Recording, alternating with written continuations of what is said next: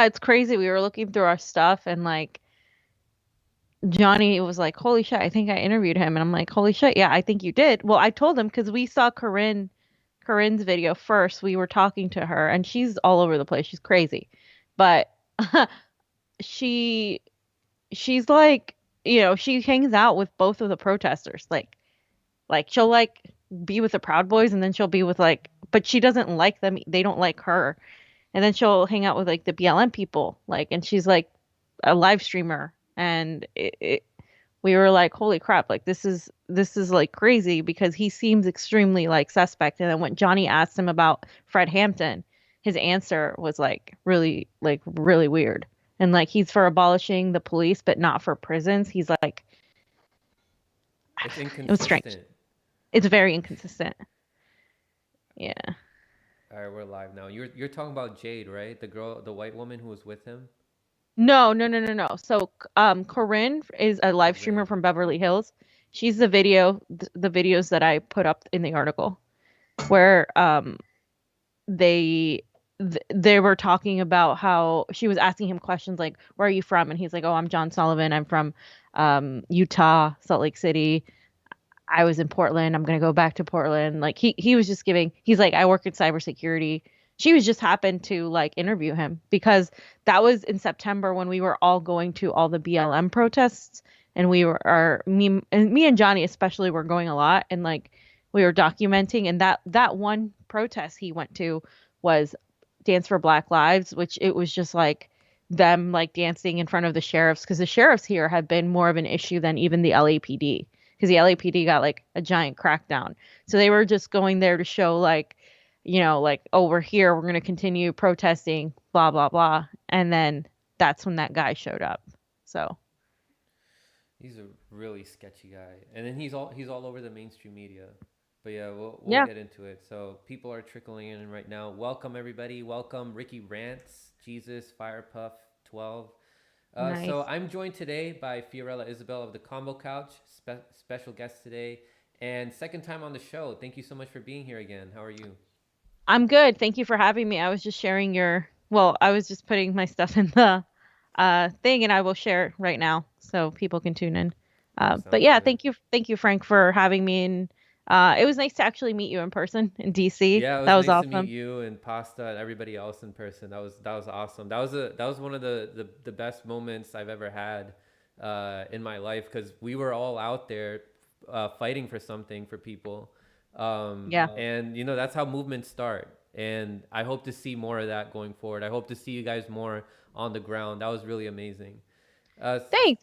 And like that's the thing, like we would be on the ground all the time. Especially like myself, like I like to be on the ground and Johnny, but like obviously, we don't have like unlimited funds and stuff. So it's like it was well worth it like having camaraderie with you guys with real journalists too, like who are actually covering the new like the newsworthy stories that aren't like just like you know, Bernie is amazing or AOC is amazing, So yeah, unlike some people who do have the money, but they don't send people on the ground. It's crazy. yeah, exactly. But we know their deal. Freaking young Turks. I So know. I introduced John Sullivan yesterday and wanted to go more in depth about him with Fiorella here.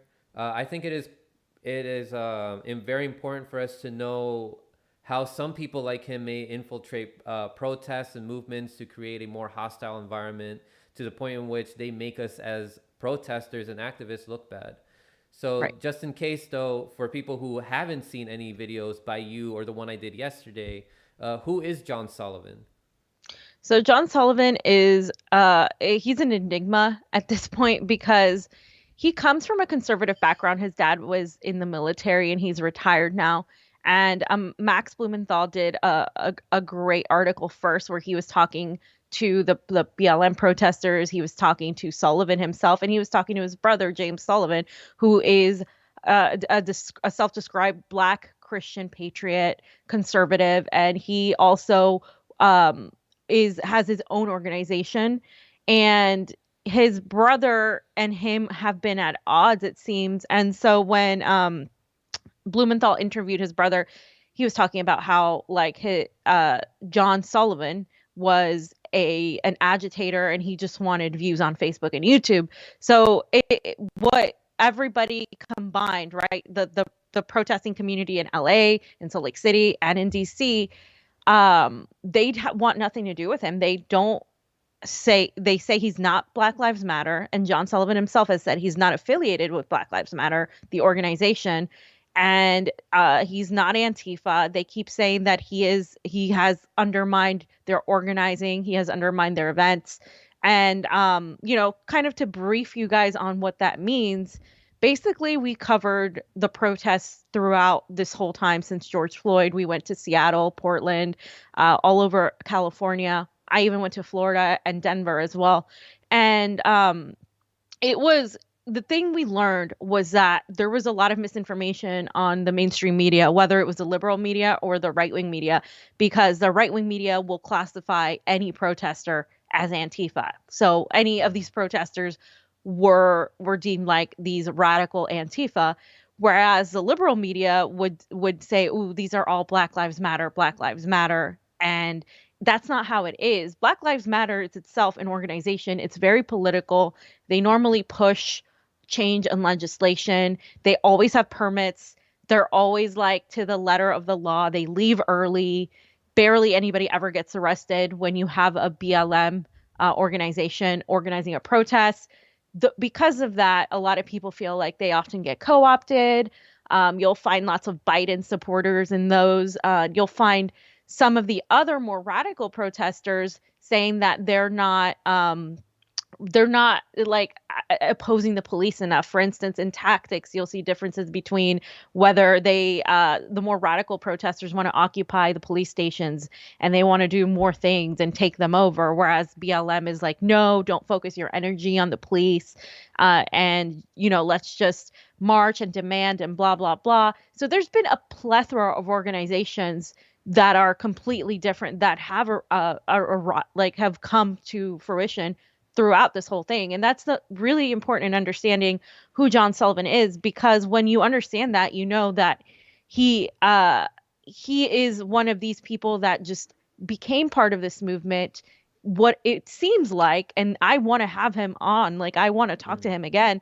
It seems like he did this for like a fame, because he did have his own cruise with him, his own documentary cruise with him. And Jade Sacker was the woman who was also with him at the Capitol, where he was hanging out with Trump supporters.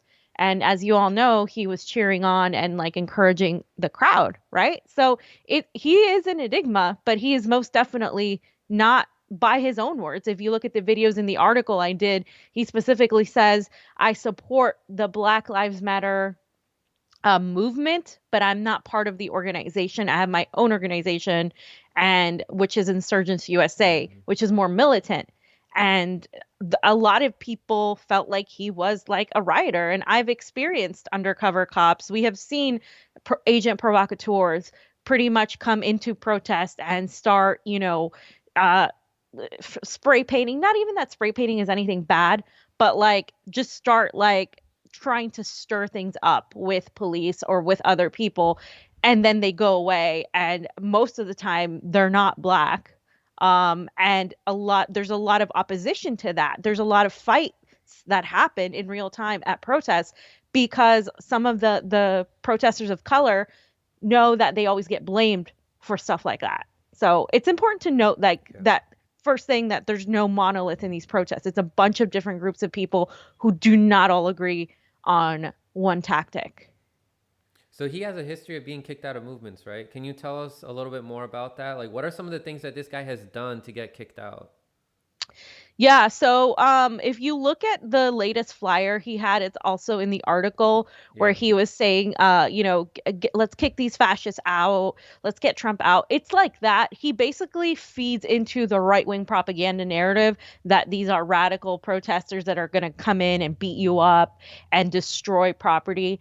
And like I said, the vast majority of the protesters that I've encountered, even the ones that are more radical, have a very systemic, organized way of doing things, and they don't put out the information, for instance, to the public right away. For instance, in LA, when there was a protest the next day, you would get it the night before, because number one, they didn't want the cops to know exactly where people were going to be. Number two, they didn't want any Proud Boys or any opposition to know right away. And so the things he was accused of was feeding information to the other side. He was found not just with Proud Boys, but he was also found on his Twitter. He had multiple social media accounts. One of them was riot porn, and then he kept changing them to begin informing the other side. So that's one way he did it. He undermined the organization, and I've seen this happen as well. He led people right to a kettle, a police kettle, which experienced organizers know exactly how to avoid that. You keep moving. And he led people straight to a kettle. In Utah, he is also being charged right now for a woman who got shot while there was a protest he was leading. She was in an SUV, and she just got shot by accident because she was trying to move through the protest. So he still has pending charges for that. And he's just has seemed like they called him a grifter because he always talked about his Insurgents USA website. And basically that website is selling retail. It's selling, like, clothes, basically, for a militant type of look. And in the interviews that we put in the article, he always talks about his organization. Like, he doesn't want to mimic anybody. He wants his own organization.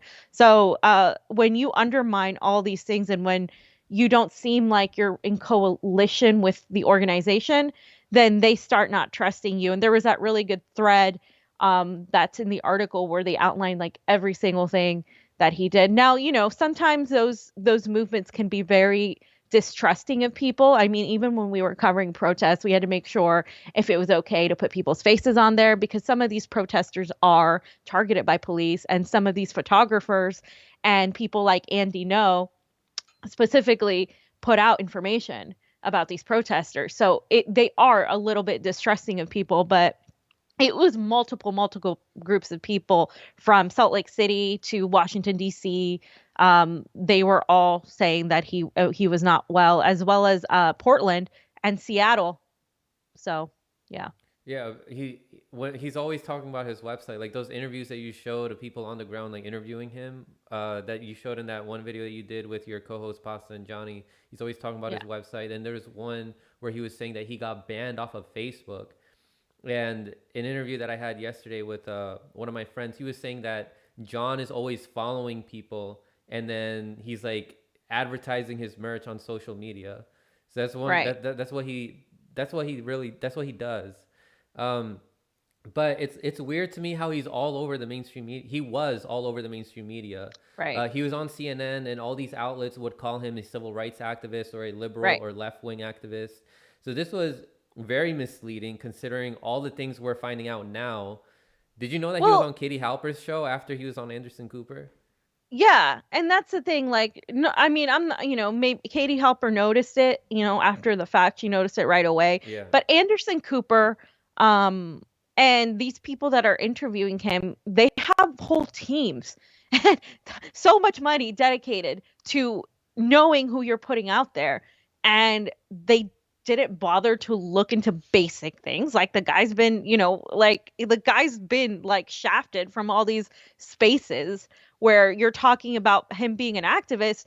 The people who are watching him are like, why is this guy representing us? Like, it'd be like putting, like, Cenk Uyghur to represent the left. Like, it's just bad. It looks bad, and they could have done their freaking research right away, and they didn't do that. And that is suspect to me, considering the fact that what was also mentioned in Max's article too was a Jade Sacker's connection to important filmmakers who have been making films that are supported by Hillary Clinton. It just gets weirder and weirder. The story has so many layers, and his father being in the military, and the fact that the protesters specifically always said that he was always one of the first ones to get out of jail, like of when he was arrested. When you're a protester, you get arrested, you're not generally kept there for too long. But there are protesters who in Colorado and Denver were protesting for Elijah McClain. There's some of them are still like facing massive charges, and he was just like, go. He's also seen talking to leaders of the Proud Boys, like with photographs and stuff. So it is very strange. And then you add to that his brother James Sullivan's text exchange with Rudy Giuliani, where Oh he's yeah. saying he's going to blame um, all of this on Antifa, and he's got this proof, and then he brings in the guy who was the under the Trump administration. I think he was a deputy of I can't remember right now, but he was Patel, Kash Patel, and he had an important position when it came to foreign policy. It's really strange, like all these connections that are there with John Sullivan, and when you talk to him, what like when you see the interviews where Johnny's asking him certain questions, it's really telling that Mm-hmm. he kind of is all over the place, right? So, yeah. Yeah, yeah, and Oh, and he worked in cybersecurity.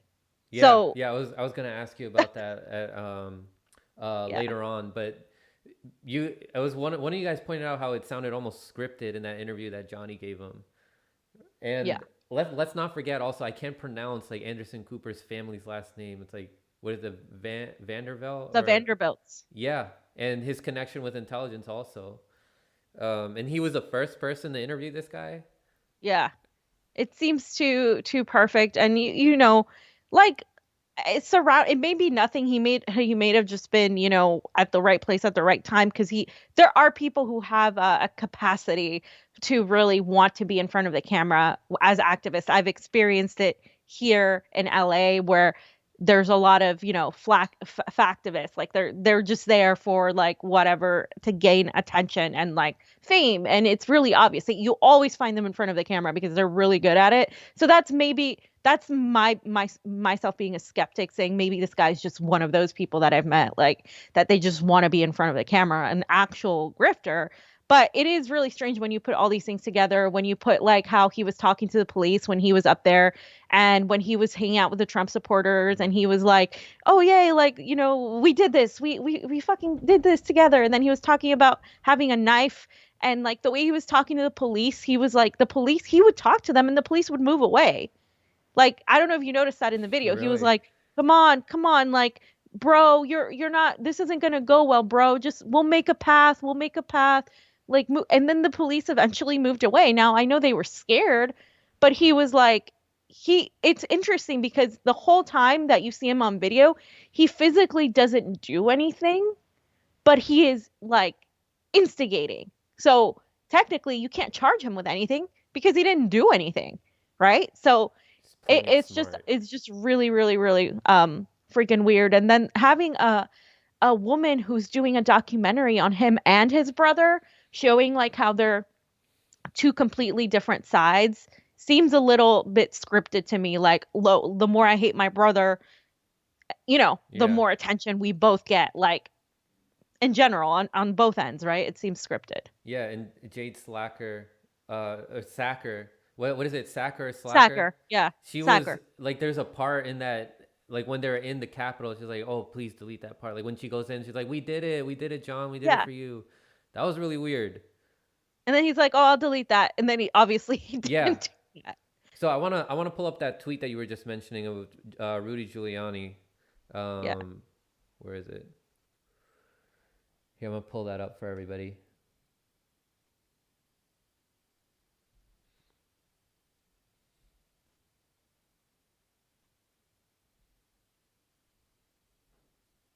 Yeah, so Max Blumenthal tweeted this out. He said Rudy Giuliani accidentally tweeted part of the text conversation with John Sullivan's pro-Trump brother James, who says he's working with the FBI to blame Antifa for the riot, and makes a reference to Cash, that might be Sec Defense Chief of Staff Cash Patel. This story keeps getting stranger, and then here's Rudy Giuliani's tweet.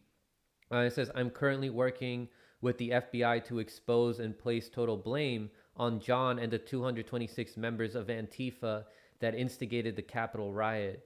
I was able to get my agent out of trouble along with three other youthins. I can see what I can do with cash. I wish I had, and then it cuts off from there. But then Max Blumenthal says John Sullivan was at the forefront of pro-Trump violence in the Capitol, egging it on as he filmed, and he says now he's Exhibit A in the right wing claims. Oh, he goes on to say there's also the strong possibility that James Sullivan was referring to Cash Lee Kelly, a rioter arrested at the Capitol. So, what are your thoughts on this?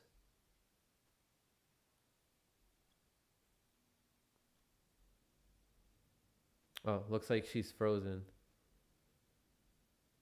I'm gonna try to call her back.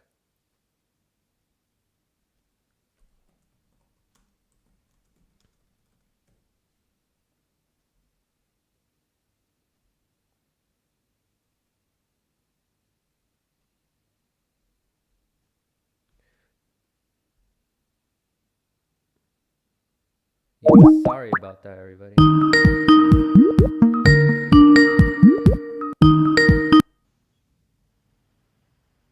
Hey. Okay. Go back there. What was that? Not sure. They probably don't like us talking about this. We're probably on the right track with this. That was really weird. The hell? I've never had that happen on Skype before. Because we have really great internet. The only And time that's ever happened to me before was when I went on Fault Lines and I was talking about what's her name, Avril Haines, and I was talking about Event 201, and then all of a sudden my call kept getting cut off. So really? it might be some trigger words that sets off Skype, and then just Maybe. conveniently the connection just gets ruined. Shady shit. But you wanted to pull up that tweet. That was what you were doing, right? Yeah. So I pulled up the tweet. Yeah. What part? What was the last part you heard me say? I didn't. I just heard you say pull up the tweet, and then I was like, you were just cutting in and out. Okay. Yeah. So Max Blumenthal retweeted the tweet with Rudy Giuliani texting James Sullivan talking about how he's currently working with the FBI to expose and place total blame on John and the 226 members of Antifa that instigated the Capitol riot. And he says, I was able to get my agent out of trouble along with three other youthins. And then Yeah. Max says there's also a strong possibility that James Sullivan was referring to Cash Lee Kelly, a rioter arrested at the Capitol. Yeah. And yeah. So it could be, but it's yeah, I don't know. It's really weird. I don't know exactly. Like because why would Rudy Giuliani be communicating with James Sullivan, right? Like Yeah, why would he be? Like, where have they why met? would he have his number? Who has Rudy Giuliani's number like that? Even if you're like, like like you're a Proud Boy, whatever, like like you have Rudy Giuliani's number. It's like, Casually texting him. So your camera's off. oh, my camera's off. Yeah. Okay. Let's see.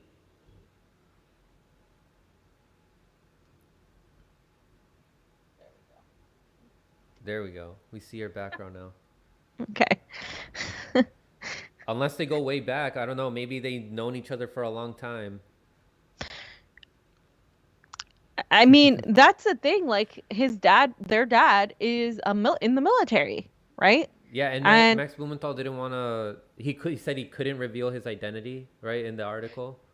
yeah, so I read the article before when it had um the identity, but I don't know if it was the right identity or not. So then he took out the identity. Well, who So, did they say it was? God, I don't remember. I think his name, God, it was something very like normal, like Kevin. They said it was Kevin Sullivan. Yeah, like this retired general, but then he changed it, took it out, and said he was actually a retired lieutenant something. So it may not even have been the same person. Yeah, unless But And let's also not forget, like for the audience that doesn't know, John and James Sullivan are adopted and their parents are white. And Right. they had kind of like an identity crisis, is what they're saying they went through, because their parents are white and they're very conservative. And then John was saying that he got mad, or James was saying that his brother John got mad at his parents for robbing him of like not experiencing the quote unquote African American culture, and that all of that like when George Floyd happened, that's when he got mad at his parents or whatever. Yeah, and also, John Sullivan has said many times that he doesn't have an ideology, and it shows. Like, like it's okay not to have an ideology, but I'm just saying, like, for all the people trying to either make him Antifa or a BLM activist or even a Trumper, he has said like he doesn't have an ideology. Like, and he seems like to me a confused individual. Like, it makes sense to me that he is like all over the place because if you even when we were when Johnny was asking him those questions later on, he doesn't seem to really actually know a lot about Black history.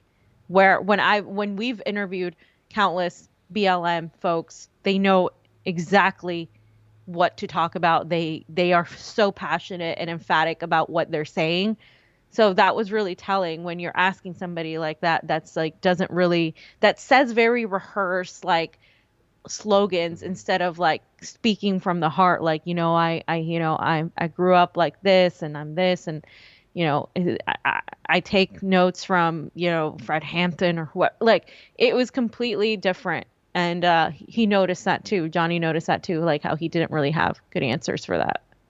Yeah.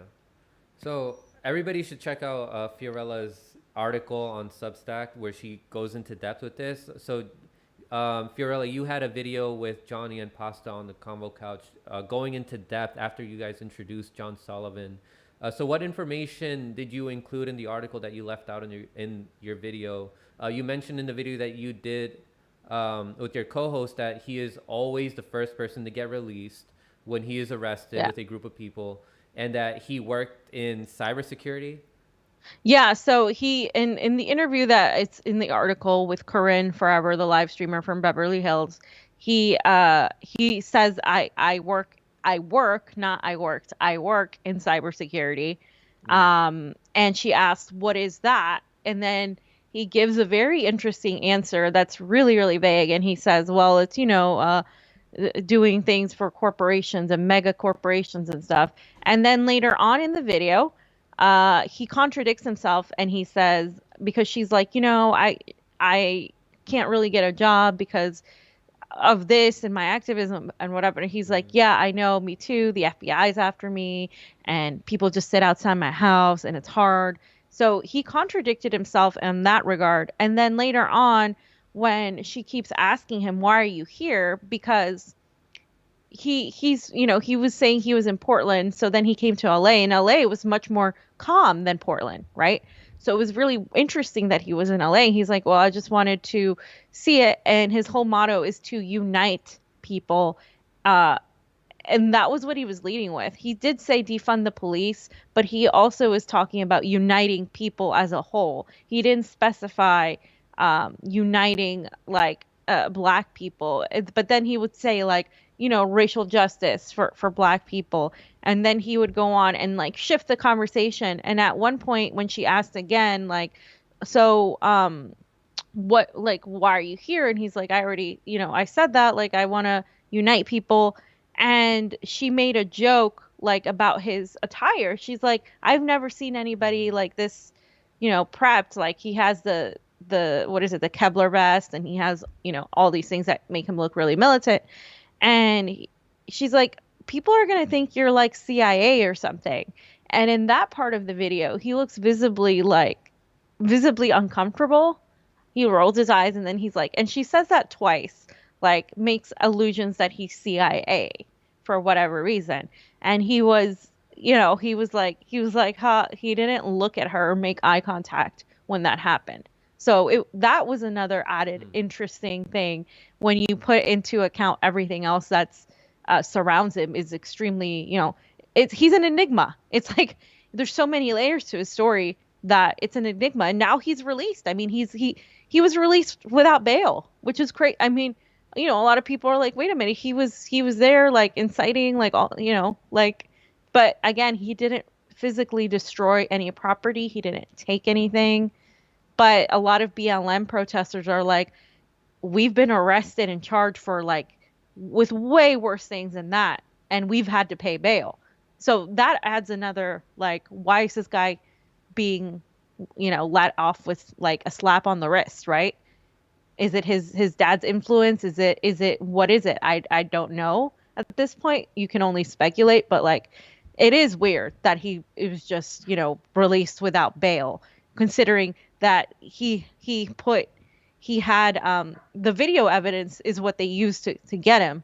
Like, so Yeah, and who's paying for him to go to all these places across the country, right?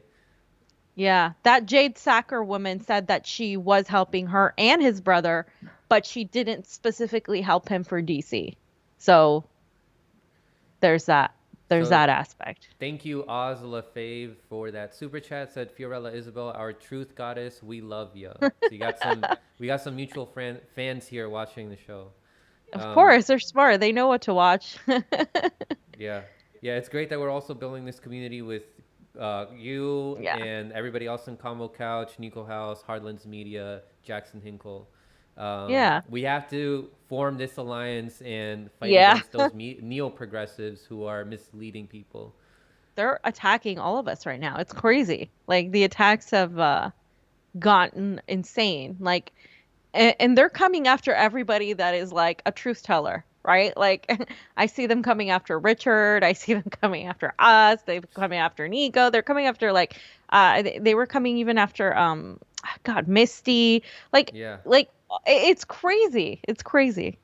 Like And what are they you gonna say too. against Richard Medhurst, who's a Syrian who has family in Syria? Like they're trying to say that he doesn't know what he's talking about when it comes to foreign policy and what's Well, happening in they're that yeah. region. Yeah, well, they're trying to discredit him because of his background, that he's not really serious, that he didn't really grow up there, and trying to go back to say, he's a rapper. He was. It's like, who cares what people? A lot of people were, entertainers. Like, what does that matter? They're trying to use that to discredit people. Like, People oh, couldn't you have a can't. life before this, Yeah, and then no. and then they're like, oh, that's all they do. It's so they're grifters. Like when all our life was just like commentating. Like they're like, oh, they're just grifters. They're doing this for the grift, and they're just trying to build up their own brand. I mean, we want to reach people, but we're gonna do it by telling you guys the truth. Right, exactly. And it's like, especially when they talk about Pasta and I like trying to like sell like election fraud. And I'm sure you saw what happened with Mm-hmm. Jordan Chariton, trying to sell, the idea, ooh, there was fraud in the election. Like that's such a like grifter move. It's clicks and likes. It's like, no, that gets us like demonetized. It gets us maybe shut down. It gets our videos taken down. It gets us a lot of hate from the left. It gets us like literally most people don't care about election integrity. So we're not making anything off of clicks and likes when it comes to that subject. We're actually like doing it because we care and we think it's important. But it's like there's no real gain for us to talk about election integrity really, It gets your except just channel the censored. So knowledge. what's the point, right? Yeah. Yeah, seriously. We would all get more clicks and likes if we were talking about how wonderful AOC was and how great the squad is and the amazing things that Biden has planned for us. We that's what gets a lot of clicks and likes. Those are the David Pacmans and the majority reports of the world. Like that's what they talk about. Like Democratic Party bullshit. Like that's what's popular. Like if you want to really make a lot of money, by all means, grift the neo-progressive. That's where you're gonna make money, you know? Yeah, I gotta have you guys back on to talk about election integrity because given the history that we have, we can and given that we don't have we can't see the election results, we cannot objectively say that we It's know either the or. results that we know that the election wasn't stolen. We can't objectively conclude that unless we've looked at the evidence, but we can't see that. Um, Exactly. Yeah. but yeah, we definitely I definitely want to have you guys back on to discuss election integrity because more people need to know about that. But going back John Sullivan, you've been on the ground a lot when you do your work and even outside of work. I think you also go to protests a lot in Los Angeles, right? So, have you ever encountered any people that are like John Sullivan that have these like weird interactions with people who get triggered? Like, is there anybody who's like obviously like an undercover that when you guys are out on the ground? Yeah, I mean, it's been multiple people. Like, specifically, there was more of that in like Seattle and Portland, but there was some of that here. When people come out of nowhere and they're just trying to be in front of the camera. And then also when there was an incident where the police were they were at the sheriff's, and the protesters were all there, and there was a group of a couple of guys who were in vests and stuff, and they seemed like they were protesters, but they were keeping their distance. And then we come to find out they're part of a white supremacist group, and they go there, and they go there to stir things up with the cops, and like to blame it on the protester. It happens on both ends, right? I People have said on the other side, oh, Antifa has blah blah blah. I haven't seen that much of that, but I have seen people in dark clothes go and spray paint with umbrellas, kind of mimicking what went on in Hong Kong, and kind of run away. I've seen that as well. But one incident that really was interesting was the one in Seattle that we included in the video, where that's what they were doing. And then another time that I didn't put in the article was when we were in Seattle as well, and it was the night before. There was two young women who got ran over, right, by a car. And the night before that, Johnny and I were there, and we noticed this van. It was a white van that was trying to get into the protests, and the protesters were like completely oblivious to it. And we stayed back, and we were like, hey, like, guys, like, this van's trying to get in there. And when the protesters went to confront the van was just like sped off and like ran off. And then the next day, there was two girls that were ran over. One of them was, I think her name was Summer, and there was another one too. One of them passed away from that. So it's really scary because you don't really know who to trust and stuff, which is why these protesters sometimes often don't want to be on camera, and they cover their face. And because you have people like Andy Ngo who like put their information.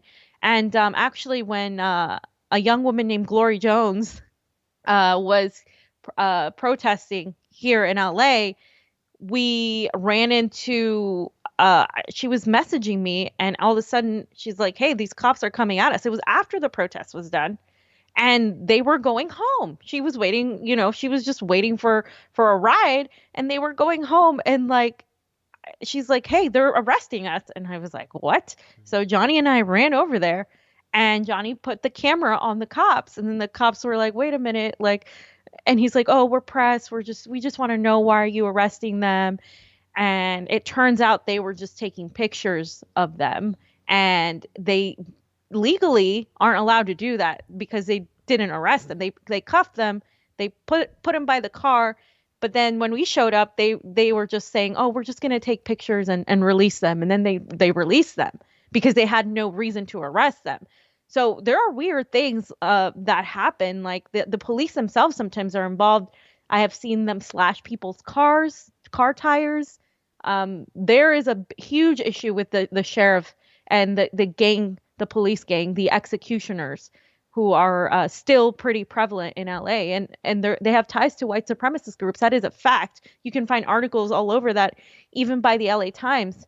So it's really it's crazy, like what you don't hear in the mainstream media, because the mainstream media doesn't cover this, or they'll frame it one way. The Fox News guy will always say, oh, like, look at these protesters are coming in gear and stuff. It's like, well, they're coming in gear because they're getting tear gassed and rubber bullets. Like, if you don't do that, they're not gonna come like that.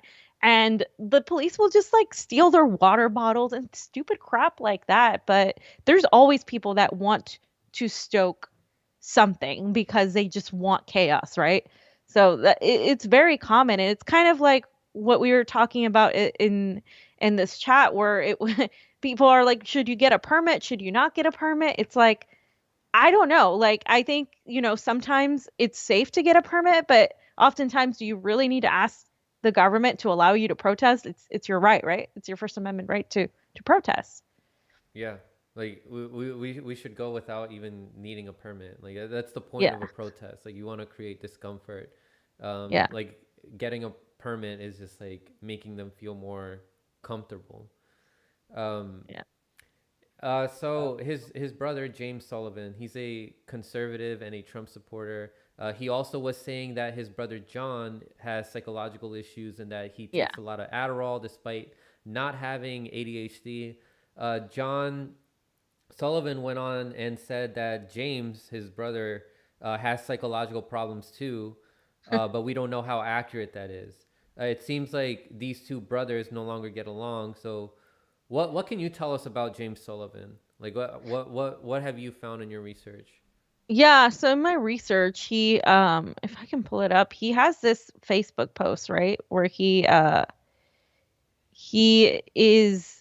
art like he's a Christian, number one, and then he also is entirely against Antifa, and he has alerted to the FBI, right? He's like completely against his brother, has told the FBI everything that they needed to know. And one particular thing is his organization called Civilized Awakening.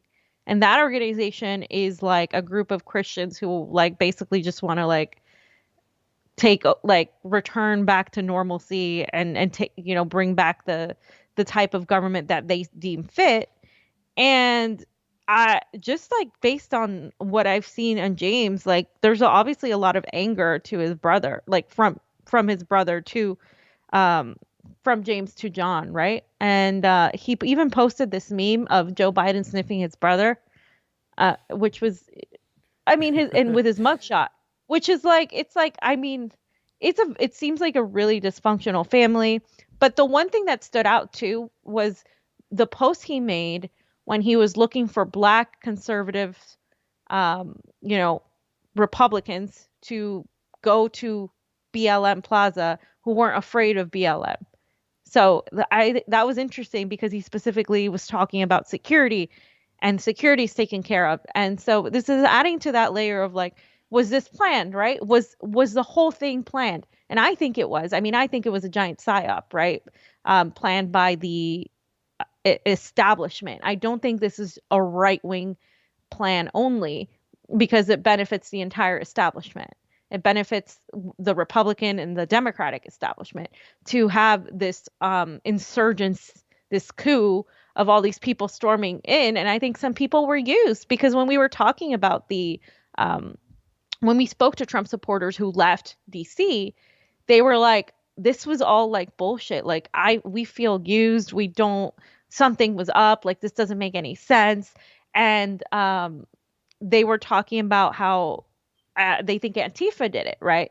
But I think if we fall into that trap, and this is what I try to say in the article, it's like if you try to fall into the trap of like, oh, Antifa is behind this or Trumpers are behind this, it's like you're falling into that narrative like, ooh, like it's everybody's Antifa, everybody's a white nationalist. And you got to really think like beyond that, like beyond the surface of who would really benefit from this right now. It's not the American people. We're getting censored up the wazoo, right? We're getting so much of a crackdown in censorship, and it just seems like people like James and people like John play right into that narrative where you have the one brother on one side and the other, and it's probably likely profitable for them, right? Yeah, yeah, definitely. Um, and the documentary filmmaker who was with John Sullivan in the CNN interview, Jade Sacker, she told Max Blumenthal that John knew there was going to be riots ahead Yeah. of time. And in the Yeah, video he had footage, intelligence. yeah, yeah. And then again, in the video footage, we hear her telling John, like, we did it, and something along the lines of, like, we made a great video for you. So the interview Max Blumenthal gave her revealed that John knew many days in advance that they were going to storm the Capitol. So how much can you tell us? What can you tell us about that, and how much do you know about Jade Sacker? I like it. I don't know that much about her. I know she's LA based, and I would like to reach out to her because she is LA based, but I know that her film had connections to producers who were also connected to Hillary Clinton, which puts you in a situation where I'm like suspect, like, and you said it yourself in the video. She like literally was like ambivalent, and then all of a sudden she was like cheering him on. Yeah. And when Max interviewed her, you could see her walk back and said, well, I wasn't aware that he was being that violent. I wouldn't have been okay with it. It's like, what do you mean you weren't aware? You were you're right there with him. You Like, weren't aware and you were gonna get caught. yeah, exactly. And the whole like, oh, I'll delete this later thing is like we said, it's really strange, you know. And the fact that she's getting now interviewed by a lot of people benefits her, right? Good or bad, like it benefits her to do that, like to get all these interviews. I know she's being interviewed by several people, and why was she on CNN, like CNN right away too? Like she's a documentary filmmaker from LA, you know, with ties to big producers, with ties to the political sphere. It's really, really freaking weird. Yeah. So it also appears like John Sullivan was trying to organize a counter protest, which you brought up earlier, with BLM against the Capitol rioters, but But no one nobody showed showed up. up. Yeah, no one showed up because the BLM organizers were telling everybody to stay at home. Exactly. And good thing that they listened. Otherwise, there probably would have been a fight. And then, But we don't here's the want any thing, more division, among working class people. you Um, don't. But here's the thing I do have to point out, though. I did think it was weird. So did Johnny, and so did Pasta, that even if BLM told people to stay home, not everybody that is a protester for Black lives or for defunding the police or for racial justice is part of BLM. And mhm, most people that I know that's true. um, would go anyway. Like they would go. Right? Like every single protest that I've been to that is a Trump rally, there is always a counter protester showing up. Even if it's like a couple dozen, they still show up. So we noticed that right away because we were trying to find the opposite end to interview, not just like have Trump supporters, but we were trying to find like BLM activists and stuff to interview, and we didn't find any. So that does make me suspect, like that there were possibly people, and like some of the people that were part of the Capitol riots were saying, well, not part of the the insurrection like they call it, but like we're on the outskirts, just like you, therefore stop the steal. We're saying like that they thought they spotted some people who seemed suspect, who seemed like they were not part of the Stop the Steal rally. So it's interesting. I do have to note that though, because there always is, and it's not BLM. Like there's always is like anti-fascist groups or different orgs or different just individuals that show up to counter the protesters. So BLM by their standards is looked on. I've had several people that we've interviewed call them bootlickers, call BLM bootlickers, because they don't think that they have the capacity to actually oppose the system. Like so they're like, that's what I mean. Like it's really weird to me that there was absolutely no anti-fascists, there's absolutely no counter protesters. That is I find indeed that really strange. weird. Did you guys pass by Black Lives Matter Plaza at all? Like, did you guys see anybody there? No, no, we didn't. I don't think we made it to there. I maybe Johnny and Pasta drove at night. I think they might have done that the night before with Steve and Jason, but we didn't really see like much of a counter movement to that or at all. Like it was like everything was deserted, actually. Hmm. Um, yeah. For like in the summer, that place was packed for weeks. Like Yeah. there's always something going on, and then it just died down over time. It's really sad to Yeah. see. Like we have the same problem still. They're just Yeah. letting time let the movement die down, and that's something that we've seen a lot throughout history. We saw that with the what's it called, the Wall Street protest that happened Yeah. after Occupy. the '08 crisis. Um, Yeah. Occupy. Yeah. And just and also too like the a lot of the times BLM and others would get co-opted, meaning like they would start talking about how people needed to vote for Joe Biden oh, and the organization I'm talking about, not the protesters themselves, the movement, but like the organization. And they would bring like sometimes some groups would bring in speakers from Trump Pence out now, right? So there would be that whole situation where they would talk about how we needed to get rid of Trump and how we needed Biden and all of that. At least in our experience, we saw that. And that also pissed some people off who were like, no, Biden sucks too. Like, let's not, do this. So, because a lot of the right thinks like everybody there is pro Biden, and that's not the case either. Yeah, yeah, I've definitely met people who are like, yeah, I don't like Biden either, or people who gave speeches that were criticizing Obama. Um, I've said it also, like when I went to Black Lives Matter protests, I was like, let's not stop. Like after Biden gets elected, we have to keep coming out because it's just going to be the face that changes. The same policies are going to be there, and let's not forget, Joe Biden is the author of the '94 crime bill. He was friends with segregationists. He said he doesn't want his kids to grow up in a racial jungle.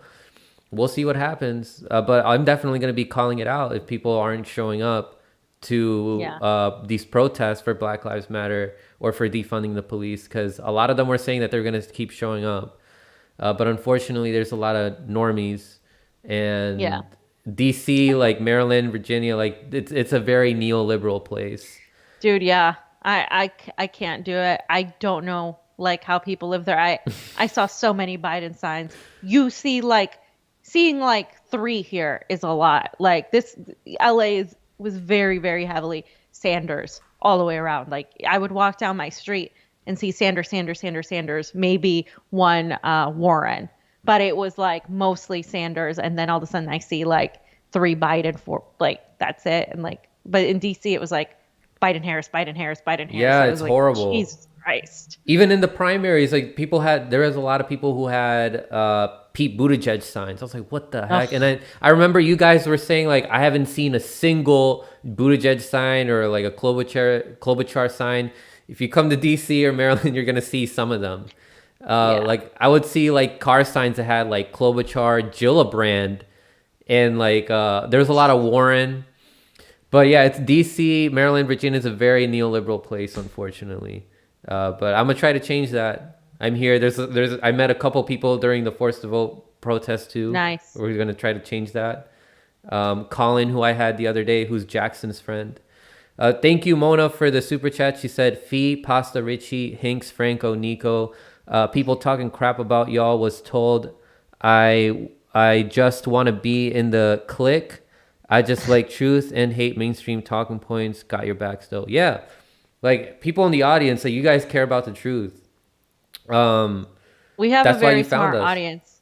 We have a very, very great, wonderful audience, and Mona is part of that. And like, man, we need to give Mona a microphone. I'm having her on tomorrow. I'm having a panel, a panel with some of my mods, so she's gonna be on.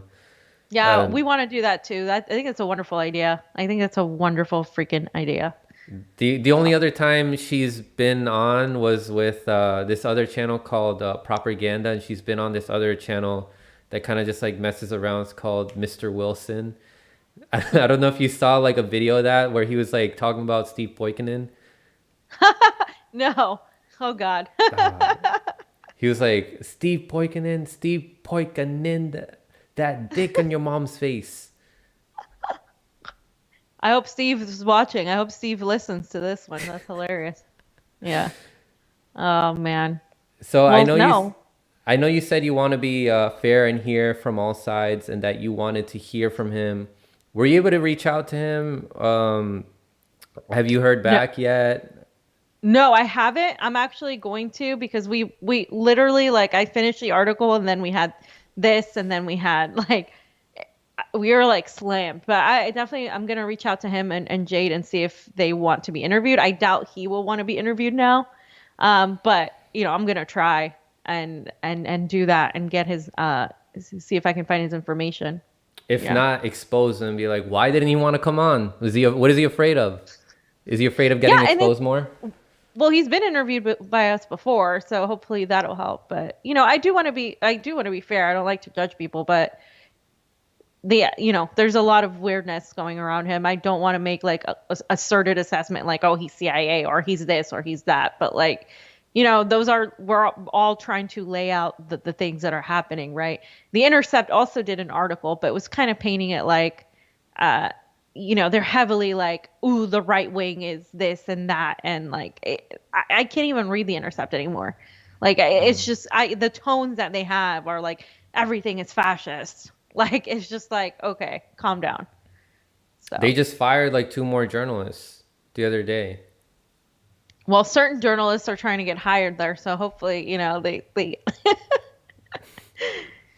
Who like uh, who's trying to get hired there? Like, I was just making a comment because Cheriton did a piece for the Intercept oh on right, Flint, yeah, yeah. which, He by the is way, Flint is an important issue. I will give props for like talking about Flint. Still they don't have clean water, but I just don't trust the Intercept like at all. They have some good writers. You know what I mean? Like sometimes I'll read their stuff because they have good writers and they have a team and stuff. But at the same time, it's like, ugh, God, just Glenn Greenwald leaving is like, you can tell that they don't have a commitment to honesty. And it's ironic because it's people that say, "Oh, well, no, it's, our commitment is to truth and blah blah blah." It's like, no, it's not. not if you're Otherwise, you would have censoring let him print the people. freaking Biden story. Yeah, I'm glad these journal outlets are getting exposed though. Jacobin, like more people are being aware that of who funds them, like these Yeah. Thanks to the pro-Israeli gray groups. zone too. Gray Zone. Yeah, thanks to the gray zone because Yeah, they did a lot of exposing Jacobin in their like, their little freaking propaganda. Yeah. yeah, the Yeah. Brooklyn left. The Brooklyn left. It's just gonna keep going. I'm loving this great unmasking. People are Me becoming too. more awake. They're becoming more conscious about who they get their information from. That message is gonna spread. Like more people are gonna let other people know who keep listening to them. And the advice I give people is, I'm not gonna tell you to not listen to an outlet because I feel like that can be counterproductive. Some people might be resistant to that and might do the opposite, and they're like, "Oh, I'm gonna listen to them harder. Don't tell me what to do." So I just Right. say like listen to them, but be conscious about who funds them because that Yeah. can influence the message. And then they'll realize it over time. They'll figure it out on their own. That's true. That's true. That's wise of you. So Fiorella, thank you so much for being here. Are there any last things you want to say? No, guys, just thank you so much for, please support independent media like Frank, and please support us. We're at the Convo Couch. If you don't know us, at the Convo Couch, on Twitter, the Convo Couch, uh, Gmail, the Convo Couch, Facebook, Instagram, and YouTube. And I am Fiorella _ I am on Twitter as well. And we are actually all trying to tell the truth. And it would be wonderful if we could have like, what we're building is this camaraderie between all of us actual independent media that don't, we're not funded by anybody. And it's so much harder to do this way. It would be so much easier to go work for somebody else, right? But then you don't Mm-hmm. have control necessarily over what you can or cannot say. And that's why so many journalists are becoming fully independent, because we're at a point where this is it. This is a turning point where we are going to go one way or the other. We're going to go towards a complete and total authoritarian fascism in a cryptic way, where a lot of these people don't even realize it. They think it's okay to censor Trump and his brand, or Steve Bannon and all these people that may be vile, some of them, but the moment you censor them, we're seeing it come back on us. And that's why I'm 100% against censorship. Like, to prove that somebody's inciting violence, that shouldn't be up to Silicon Valley. It shouldn't be up to Twitter, Facebook, or these tech giants. And I think we're going to see more of the crackdowns with the Biden administration, because the Democrats are a friendly fascist face. Like, they pretend they're not, but really behind the scenes, that's what they're doing. They're spreading democracy, but really they're cooing people. So they're not gonna be honest about what they're doing. Trump showed the ugly face in America where he was like blatantly honest, like, oh, we're gonna take their oil, or we're gonna do this. And that's why I didn't like him, because he's saying what we're doing and it doesn't make us Mm-hmm. look good. And that's why I think, by extension, a lot of liberals didn't like that, because they couldn't ignore it. They couldn't just go to brunch and ignore it. And so today they were calling for, let us have one day. Let us have one day to celebrate. No, you don't get one day to celebrate a Yeah. warmonger in office. I'm sorry. So Yeah, anyway, yeah, it was sorry. really annoying to see that. Like, like I had a couple friends who were like, "Let's just have this one day." Like, it was like I'm just celebrating that like these 4 years are like we just had a rough 4 years, and now this guy's finally gone. Nothing's changing. Like you're getting the thing that gave us Trump. Yeah. But yeah, Fiorella, thank you. The Combo Couch does amazing work. You guys were an influence on me. Let's keep the collaboration going. Thank you so much for helping me get onto Rockfin. I'm on Rockfin now. Everybody who go ahead and follow me. Congrats. Yeah, subscribe to one of us, and you get the premium content to all the content creators there. You'll find me, you'll find Convo Couch, you'll find Nico House, Kim Iverson, Jimmy Dore, The Last American Vagabond. We're all moving to another platform because we're anticipating the major crackdown that's going to get worse because of these the predator class that doesn't like the things that we say. We expose the truth. So thank you guys so much for watching, and don't forget to stay informed.